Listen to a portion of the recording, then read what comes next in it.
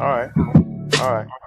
You see, now this is the song right here. I try to teach my student. This is the main song right here. You got the low bass playing the melody, and you got the melody that's doing the piano, and you got our groove section. So the only thing that this is missing is the hi-hat to kind of add that movement on the top end To the movement. to the movement. And once you have that, this is the whole song. Most people overproduce. You want to always resist overproduction. If you listen to, most of the songs that gets a whole lot of plays, it's because the human brain does not like too much information. You have to stay away from that. You gotta dumb it down. And that's the trick between having something that's complex but presented in a simple way. So it's the mixture of complexity plus simplicity. It's hard to do. Most people only know how to make things complex. Geniuses know how to make things simple. It's simple but complex. Does that make sense? Yes, that's Dr. Dre said that before. I forget what interview. I heard him say the same exact. Yeah. See, when you have something that's complex but it's presented simple, that's exactly what Apple do. Apple create a freaking AI in your hand. Every iPhone is a freaking AI. You know that, right? Every iPhone is an AI, artificial intelligence, but they dumb it down so any stupid person can grab it and figure it out. That's genius right there. That's That's facts. when you're able to do that with music, you can have a whole bunch of complication going in the background. But the human brain, you give them something, it's like you're holding their hands and say, okay, listen to this, listen to that, listen to that. And you take them from the beginning, from the 0 seconds to the end of the song. You tell them what you want them to pay attention to with your panning, with your volume, with your frequency, with your depth of field. You cannot taking them. This is what I want you to listen to in verse 1. This is what I want you to pay attention to in a pre-chorus, the chorus, verse 2, pre-chorus 2, chorus 2, the bridge, the last chorus. And each section have specific element you want them to focus on. Not just throw everything in the jam and let them try to figure out, well, what is this song saying? It's too much complication. Right. So once you master that, that's how you get a hit song. There's no other. That's the secret right there. It took me a long time to figure this stuff out, but that's the secret right there. And especially in this type of music where you have a vocal playing, now you got to make room for the vocals. Something got to go. So if you add vocal, okay, play this right now the way we have it with the hi-hats. Let me hear it. Can I also add, there's one other melody that kind of backs the piano up. Can I just add that real quick just to show you what I mean? All right. It's like a spin off of that melody. Like it has the extra notes inside of it, essentially. But here's the.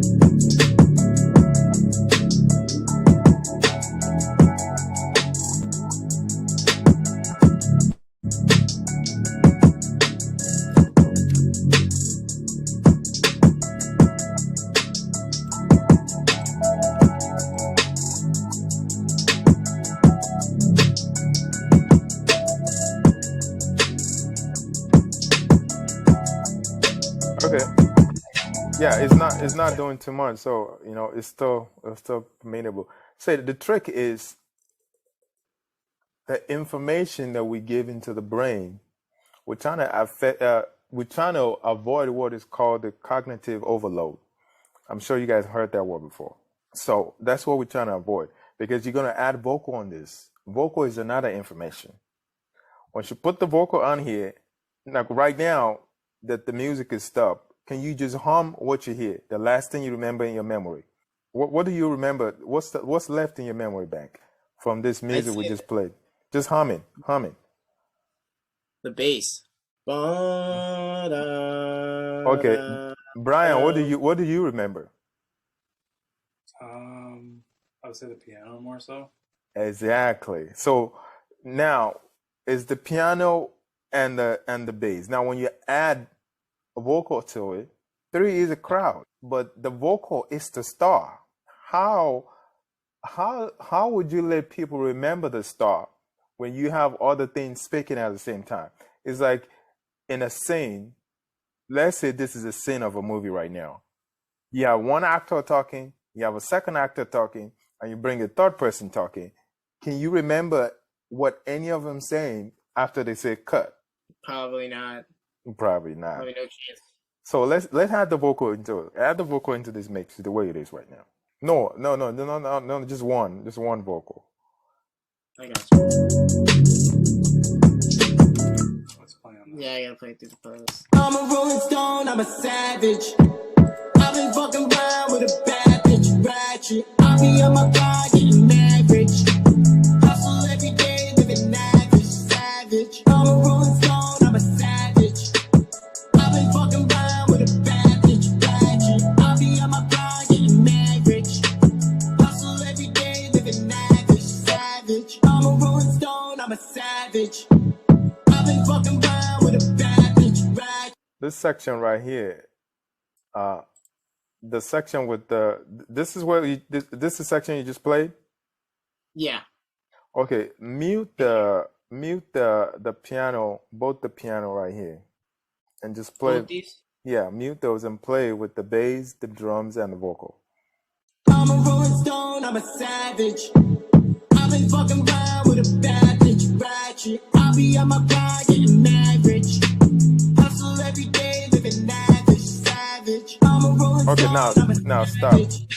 This is too information right now. When you stop the music, people remember the artist and the bass. Now, add the piano back into it. Add the piano back into it. I'm a rolling stone, I'm a savage. I've been fucking around with a bad bitch, ratchet. I be on my grind, getting average. Hustle every day, living lavish, savage. I'm a rolling stone, I'm a savage. I've been fucking around with a bad bitch, ratchet. I be on my grind, getting average. Okay, stop. Hustle every day, living lavish. So what do you notice? Tell me what's going on in your brain as far as listening to this guy now compared to the before. What's the difference? It's less crowded. You're gonna remember the vocals more, so I'd say.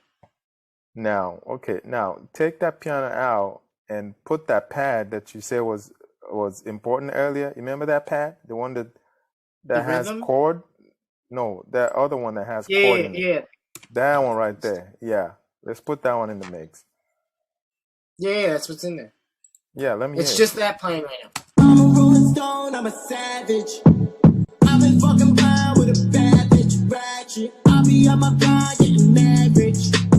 Hustle every day, living lavish, savage. I'm a rolling stone, I'm a savage. I've been fucking around with a bad bitch, ratchet. I be on my grind, getting average. All right. Now the question is, which one makes the song more crowded? This one or the other piano that we put in earlier? I would say the melody, but I feel like I'm wrong. Brian? I feel like this one, the chords are a lot more tucked. Like, they're very... Yes, the melody make it more crowded. This one kind of fit in the groove. You know why? Who can tell me why? Yeah, I don't know. That's the about me. positioning of where the chords are at. It's the accents, I think. I think that's more so. Yeah, because the piano is a melody. So it's a melody because it's a changing notes. They pam pam pam pam pam. You know, they're moving, and the melody of the vocal is moving too because the vocal is a melody. Anything that's a single note is a melody. The piano is a melody. The bass line is a melody. So that means you have 3 information the brain has to pay attention to. And human brain does not like complication. That's why people usually just tune people off because they're overloading their brain.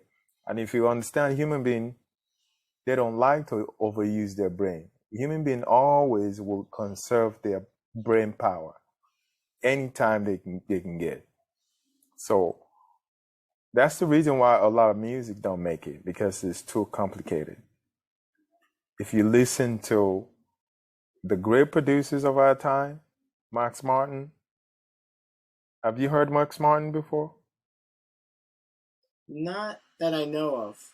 You don't. Unless I've heard like songs that he's produced, for other artists. Both of you don't know a producer called Max Martin. I'm not gonna lie to you, but off from name, like if you play something that he's made, I'll probably know exactly. Oh my God. This guy made the soundtrack to the whole world's life. It made the soundtrack to everybody's life, and you don't know him. That is crazy. Okay, let me give you one of his songs. He has like freaking 20 number ones. Katy Perry. Like he has so many number one. I like this again. I like it. Oh Yeah. my God! Yo, It did Teenage Dream. It did Roar. Da, da, da. It did Taylor Swift. It did Adele. It did freaking The Weeknd. All the number ones on pop radio. Max Martin wrote that crap. wow, that's amazing. Yeah, he wrote the soundtrack to everybody's life. Do your research on him. I learned all this stuff from doing research on him. All this stuff that I'm teaching you, I learned it from him. The guy is a genius. So this are the technique that people use to make hits, bro. This is it right here. This is the keys to the kingdom. Don't overload the people's brain. Every section of your music, you got to manage your melody. So anything that's a single note is either 2 or 1. 2 or 1. If you want to make it 3, you have to have a very good reason to make it 3. Some people make it 3, but it has to be maybe a counter melody in a way that is not going to distract from the main star, which is the singer. Yeah, if you don't know how to do that right, I would suggest you just keep it 2. Put a bass line to have a second melody, and your vocal to have another melody. Then if you wanna have something in between, make it a chord, just like this Atmosphere E piano, like that, or do like a rhythm guitar. A rhythm guitar is like a chord, Like but it's what not. that one was. Yeah, like this, but like Jenna, Jenna, Jenna, Like like it's playing. It's not playing a melody. It's playing a chord, but it's doing it in a. We call rhythm. those like rhythmic melody elements. The melodic rhythmic element or rhythmic melody element. So I have a question. yeah. What's your opinion on the Motown Wall of Sound? I know this is so off topic, but like I'm just curious, like where does that fit into everything? Because like you hear the Marvin Gayes and the Supremes and like all these big Wall of Sound type things. Even the Beach Boys did it, and the Beatles kinda. Exactly, but I tell you what though, even though you're hearing walls of sound, they're still obeying these laws that I just gave you. Oh, so they're following like the syncopated rhythms and counter melodies and following only like using chords in such a Yeah, way. the wall of sound is just layers. That's what gives you the wall of sound. They're still playing the same thing. They can have, one like 200 layers of horns playing the same melody, and they can lay that with the strings, but they're doing the same thing. They're not adding more information. It's They creating just a texture. they just adding texture because you cannot hide too much information to the brain. You're gonna lose them. So I'd say 4 melodies is like the max. I would even say, like you said, 3 is like too much because the bass so- usually lines up with Yeah, the the chords. bass is doing 1. The lead vocal is doing 1. Then you have a rhythm section, or we call those core rhythmic drivers, like pad or rhythm guitars. Those are doing 1. Then you can have a 4th one, which is overdoing it. But you can have a 4th one, which is doing counter melodies. But you got to be careful with that. If you don't know what you're doing, most people will do that. They use it wrong. You got to know what you're doing to be able to use the 4th element properly without creating chaos. Like, bring a song that's popular, let's just do let me just show you because if I'm saying it, it just sounds like theory. Play me a song that's popular. Any song that's number one for a long time.